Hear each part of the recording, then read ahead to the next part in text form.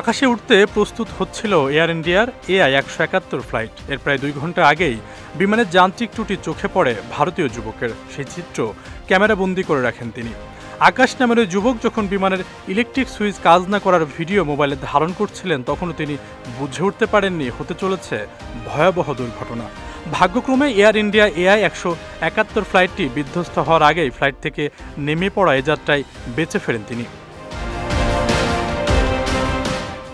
Air ইন্ডিয়ার উড়োজাহাজটি বিধ্বস্ত হওয়ার পর নিজের টুইটার অ্যাকাউন্টে আকাশ নামের যুবক এসব ভিডিও শেয়ার করে লেখেন, দুর্ঘটনার কবলে পড়া লন্ডনগামী ভারতীয় বিমানের যাত্রী ছিলেন তিনি। বিমানের প্রবেশের পর তিনি যান্ত্রিক ত্রুটি লক্ষ্য করেন। মুহূর্তেই সেসব নিজের মোবাইলে ক্যামেরাবন্দি করেন।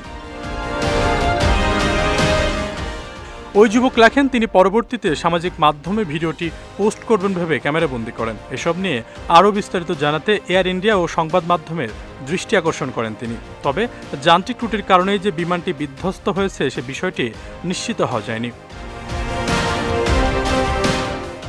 ভারতের বেসামরিক বিমান চলাচল মহাপরিদপ্তরের তথ্য বলছে, বৃহস্পতিবার দুপুরে এয়ার ইন্ডিয়ার ফ্লাইট AI-171 দেশটির পশ্চিমাঞ্চলীয় রাজ্য গুজরাটের সর্দার বল্লভভাই প্যাটেল আন্তর্জাতিক বিমানবন্দর থেকে উড্ডয়নের কিছুক্ষণ পরেই 242 জন আরোহী নিয়ে মেঘানীনগর আবাসিক এলাকায় বিধ্বস্ত হয়। বলা হচ্ছে, বিমানটি 825 ফুট উঁচু থেকে মাটিতে পড়েছে।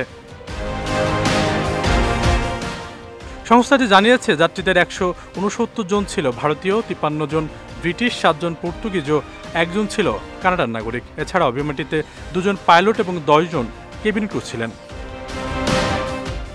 আশরাফুল ইসলাম, বিজয় টিভি, নিউজ ডেস্ক।